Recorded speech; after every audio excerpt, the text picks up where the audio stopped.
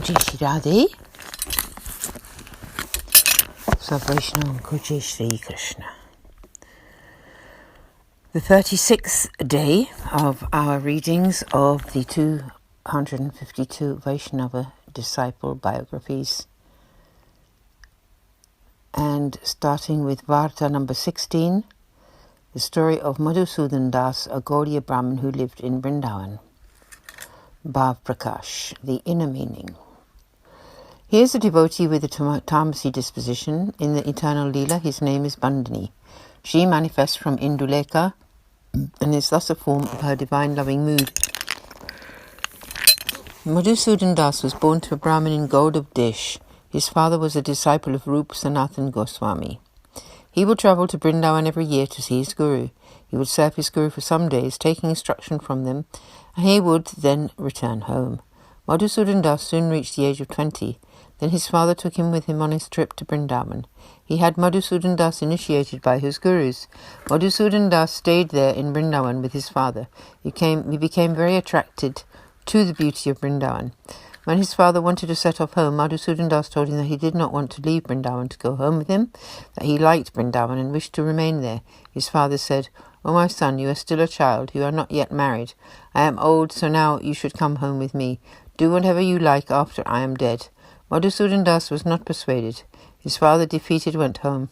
As he was leaving, he requested his guru to look after his son and said that he was giving the boy into his care.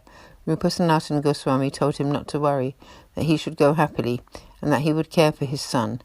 The father left some money for expenses for his son and set off. Madhusudhan Das began to fearlessly wander around Vrindavan. Part 1. Once Madhusudhan Das came to Sri Gosaiji in Gokul. Now Madhusudhan Das had been initiated by a different guru. He had the sight of Sri Gosaiji in Gokul and felt a great desire to become his disciple. At that very moment, he implored Sri Gosaiji to bless him and make him into his disciple. Sri Gosaiji recognized his intense longing and so told him to go and bathe, and thereafter he initiated him with the Lord's names and Brahma Sambandha. He then went inside to take prasad. He told Madhusudhan Das that he should have his prasad there that day, and he did so. The next day, Madhusudhan Das was cooking when Sri Gosaiji went inside to have his meals. He caught sight of Madhusudhan Das and asked him, "Do you have any money to live on?" He replied that he had enough for a few expenses tied up in his bundle. Sri Gosaiji told him to have his prasad there that day, but then to go home the next day. Madhusudhan Das supplicated, "O Maharaj, for as long as I have these few savings, I can cook and have prasad. After that, I can beg and survive like that. I do not wish to leave your lotus feet." For the next 2 days, Sri Gosaiji fed Madhusudhan Das. On the third day, he did his own cooking, and when his money ran out, he began to beg. When he had been doing this for about 4 days, Sri Gosaiji asked him how he was getting on. Madhusudhan Das told him everything. "O Maharaj, I had enough for 2 days. On those days, I cooked, made the offerings, and accepted the prasad. Nowadays, I go to beg in the day. In the evenings, I get all the foodstuffs ready, and in the morning, I cook and make the offerings. When the prasad comes back, I cover it and come to have the Lord's holy sight. After that, I partake of the prasad and then go out again to beg." Sri Gosaiji again asked him, "From whose houses do you beg?"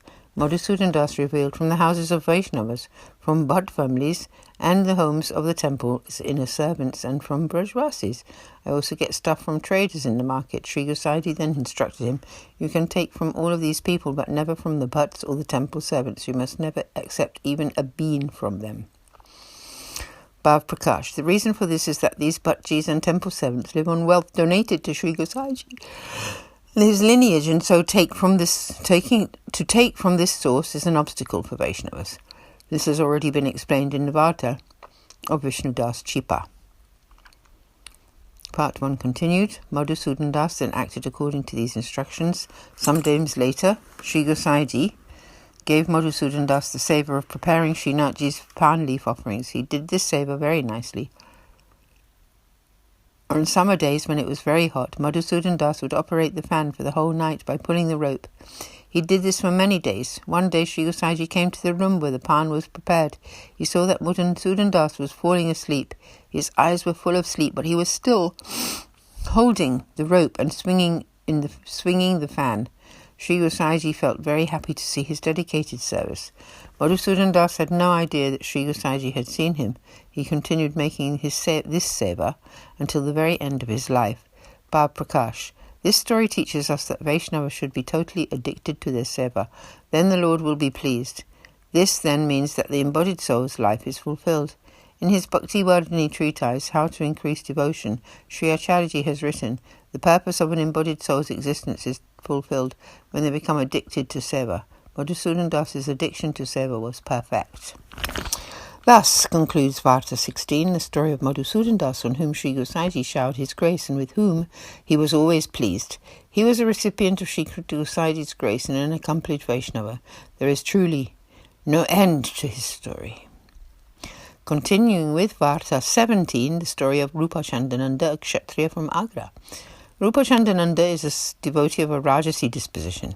In the eternal Leela, his name is Sona Juhi.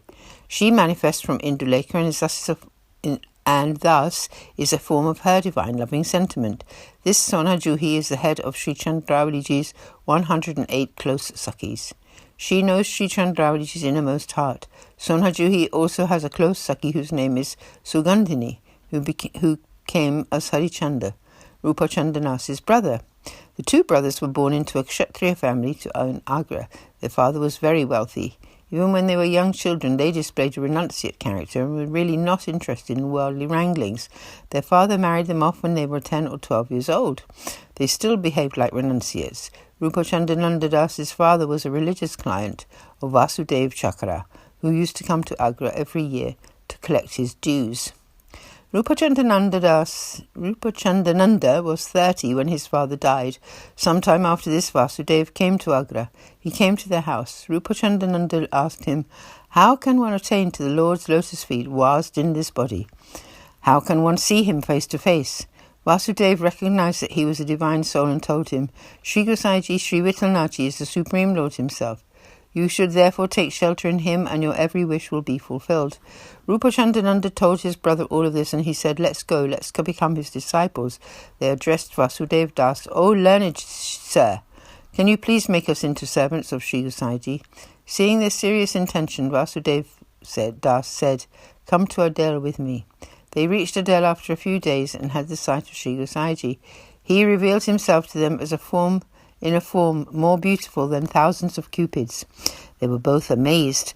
Vasudev Das told Sri Gosaiji all about the two brothers. "O Maharaj, these two are my Kshatriya clients and they live in Agra and are divine souls. They have come to take shelter in you, so please accept them." Sri Gosaiji told them both to go and bathe in the confluence of the 3 rivers. They did this and then returned to Sri Gosaiji, where they stood with their hands joined. Sri Gosaiji blessed them both by initiating them with the Lord's name and Brahma Sambandh in front of Sri Navaneet Priyaji. At that very moment, Sri Navaneet Priyaji let them witness his true form by appearing directly in front of them.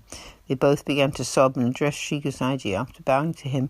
"O Maharaj, today our lives have been fulfilled by coming to your feet. What should we do now?" He told them both to serve the Lord at home. Rupa Chandananda told him, "My heart's desire is to always remain at your feet." Sri Gosaiji got a fresh cloth brought there and putting red powder on his feet, printed his footprints on that cloth. He told them to serve that cloth. Both of them stayed for some days in Adel with Sri Gosaiji and learned all the ways of Seva. Then they took Sri Gosaiji's permission and left to go back to Agra.